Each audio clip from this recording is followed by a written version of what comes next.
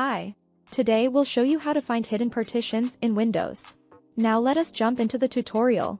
In my computer or this PC, you can see I have only one local disk C, but actually, I have a second partition that does not show here, which means it's hidden.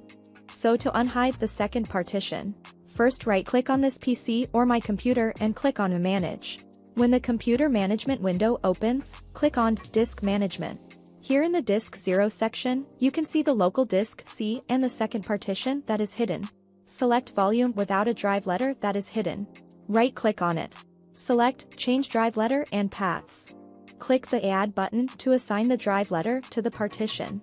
Click this on this small box to choose an assigned drive letter for the hidden partition. You can select any letter that you like, but I am cool with D, so after that click on OK, and wait for 4 to 5 seconds for the hidden partition to show. Now check if the hidden partition is now available as a normal to store data. Yes.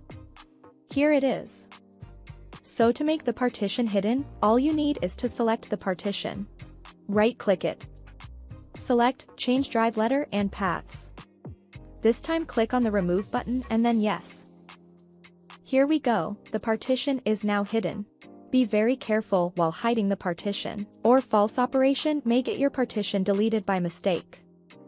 That's all we have for today. If you are new here, hit the subscribe button and the notification bell, like the video, and share it with others. See you on another tutorial soon. Stay tuned. Bye!